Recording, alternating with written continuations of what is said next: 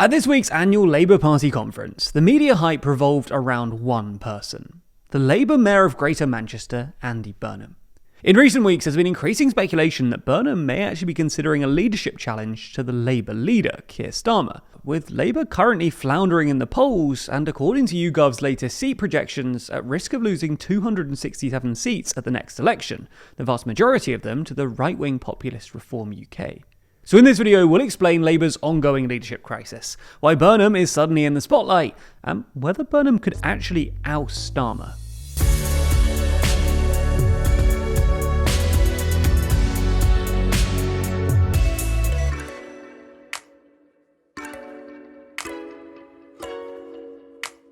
Never miss an episode and always feel in the loop by subscribing and ringing the bell. Let's start with a recap of Burnham's political career. From 2005 to 2015, Burnham held various cabinet and shadow cabinet positions under Labour leaders Tony Blair, Gordon Brown and Ed Miliband, most notably as Health Secretary. During this time, however, Burnham twice stood for and lost elections to become the Labour Party's leader. In 2010, he was eliminated in the second round and Ed Miliband ultimately won, and in 2015 he was defeated by Jeremy Corbyn, finishing second by some distance. After this, Burnham left Westminster and returned to the North West, where he successfully ran for the newly created devolved position of Mayor of Greater Manchester in 2017. He was then re-elected in 2021 and again in 2024, each time with at least 63% of the vote. As Greater Manchester Mayor, Burnham has prioritised housing and transport, taking failing private bus services back under the control of local authorities and pursuing a Finland-inspired housing first policy, aiming to build 10,000 council homes across Greater Manchester by 2028, houses which are then suspended from right to buy. These policies have made Burnham a popular figure in both Manchester and beyond. He ranks as one of Labour's best-known figures with a net positive approval rating. According to YouGov polling from early August, Burnham is ranked second behind Nigel Farage as a great or good hypothetical Prime Minister, and is far less polarising than either Farage or Jeremy Corbyn. This is why, according to reports, in recent weeks, Labour MPs have privately called on Burnham to challenge Starmer for the Labour leadership. And Burnham has also given several interviews criticising the government's two-child benefit cap, economic policy, and top-down leadership approach. Anyway, this brings us to the past couple of weeks. When asked about the Labour leadership, Burnham has failed to deny that he would like the job if given the chance, something that Starmer is reportedly furious about. On Sunday, during his first speech at the Labour Party conference, at an event supporting proportional representation, Burnham made a thinly veiled reference to the rise of reform, which recent YouGov polling suggests might be just 15 seats short of a majority on current trends. With Burnham saying, "In my view, in the times in which we're living, it's dangerous to continue with an electoral system that can elect a majority government on a minority of the vote." He also hit back at Labour MPs who have accused him of stoking internal tensions when the government is trying to focus on delivering economic stability, saying, "I've done nothing more than launch a debate. I'm speaking out for the thousands of councillors here at this conference who are worried about going to those doorsteps next May." Again, this was referring to what Labour officials feel will be a huge opportunity for reform at the May 2026 local elections in England and national elections in Wales and Scotland.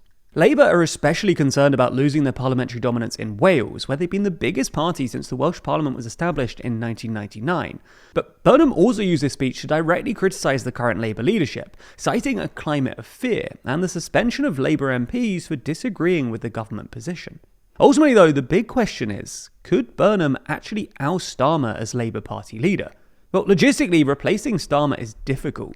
The Labour Party's Rulebook specifies that the leader and deputy leader of the party shall be elected or re-elected from among Commons members of the PLP, or Parliamentary Labour Party. This is a huge hurdle for Burnham, who's not a sitting Westminster MP. So in order to be elected as Labour leader, he needs to be elected to Parliament first, but there's no easy way to make this happen. First, there would need to be a by-election. Realistically, aside for any unforeseen circumstances like death or a recall petition following a scandal, a by-election would probably only be triggered by a resignation. When rumours of Burnham's potential candidacy first arose, the media were quick to point out that Andrew Gwynn, the suspended Labour MP for the Greater Manchester constituency of Gorton and Denton, could resign in order to make way for Burnham. However, this seems to have been shot down, with Gwynn himself saying that he will not be standing aside for Burnham. This means that Burnham would need to find another constituency to stand in if he wants to become an MP. Given his association with Manchester, it's hard to see him opting to run in any other region of the UK, which really narrows down the number of constituencies he could feasibly run in. Even if Burnham does find another Manchester constituency and convinces a sitting Labour MP to make way for him, he would then need to be selected as the candidate by the Labour Party. This is where it gets particularly interesting. Labour's National Executive Committee is dominated by Starmer loyalists who'd be tempted to block Burnham's candidacy, as at this point it'll be obvious that Burnham would want to return to Westminster in order to challenge Starmer for the leadership. But assuming the NEC doesn't block Burnham's candidacy, Burnham would then need to win the by-election, which could prove tricky given Labour's low national polling and the strength of reform, particularly in the so-called Red Wall constituency surrounding Manchester. Reform's deputy leader Richard Tice has also taunted Burnham about this, with the Daily Express quoting Tice as saying, "Bring it on, Mr. Burnham. Reform will take you on and defeat you on the electoral battlefield." Anyway, even if he did make it into the Commons, Burnham would then need to persuade 20% of sitting Labour MPs to back his leadership challenge, equivalent to 80 MPs. But given Burnham's popularity and Starmer's stalling leadership, this might actually be the least difficult hurdle to overcome. After winning the backing of 80 MPs, the leadership contest would then go to a vote of the 300,000 or so Labour Party members. Given that 53% of Labour members, according to the Fation poll last week, want a new leader, and only 31% want to keep Starmer, Burnham would again stand a good chance of winning this vote. However, the issue is that all of the steps leading up to this, finding a constituency to stand in, being selected as candidate, and actually winning a by-election to become an MP, are all very politically risky for Burnham.